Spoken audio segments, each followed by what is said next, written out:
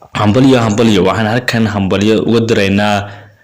fanaanka caanka ah ee Cabdikariin Cali Shaah iyo sidoo kale marwadiisa Nafisa Muuse Nuur oo iyaduna ah runtii xaaska uu dhawaan mehersan doono fanaanka caanka ah Cabdikariin Cali Shaah oo meherkeedu ka dhici doono magaalada Hargeysa bisha labaad kowdeeda 2022 waxaana uu ka qabsoomi doonaa mid kamid ah hoteelada ugu cadcad magaalada Hargeysa. fanaanka ayaa muddo badan la sugayay meherkiisa oo waxa runtii mid ay taageerayaashiisu in badan u soo samreen. fanaankan daada yar hobalkan caanka ah codka macaan heesiisa aadka lagu raaxaysto ayaa runtii waxa uu ahaa mid in badan guurkiisa si weyn loo rajeynayay.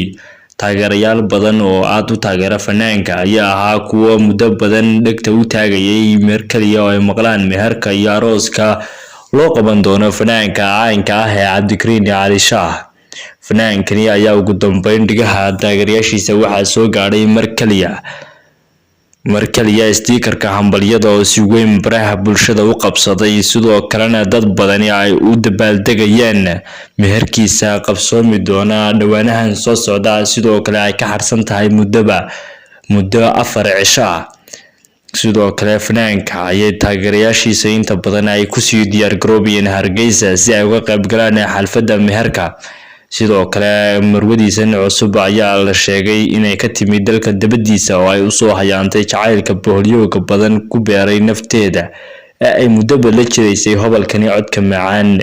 hobalkani caanka ah ee Soomaalida heesiisa la dhacday ayaa haatan ah isagu mid farxad dhex mushaxaya oo nolol uu muddo badan qoondeynayay buug iyo qoraal ku dhigay ay noqonayso mid u hergelaysa. haddii aanu nahay bahda ansixinta wararka oo isku duuban waxaan leenahay hambalyo. waxaanu halkan hambalyo uga diraynaa fanaanka caanka ah ee Cabdikariin Cali Shaah.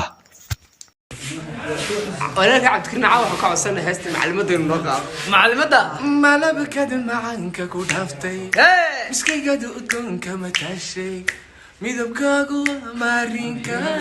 مسعدد دانا لغموسي تلقد مولو كوغميسي وحتى هاي ميدان ماري ماغين ورمينون حقيقة كماغين وريا وقومي أنا قرأت تنقضي وريه سما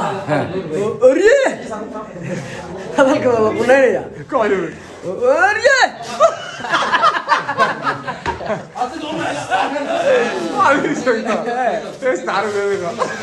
استاذ وحن قاعد مركز ليفين انت تقولي حبيبي خلاص انا اسف ارض واحد بيجي استاذ لحن موت waxay iga dambeeya abtigay Cabdikariin Cali Shaah حتى رجازي يا علن كيس المال ما شاء الله عبد عاو علن كاوس ودم ذاكرتي قبني مدى يذاكر واقصد حرني موينا كارقوي جيجي كستيك وشي ذا جعل أول قونا من كارقوي أول قونا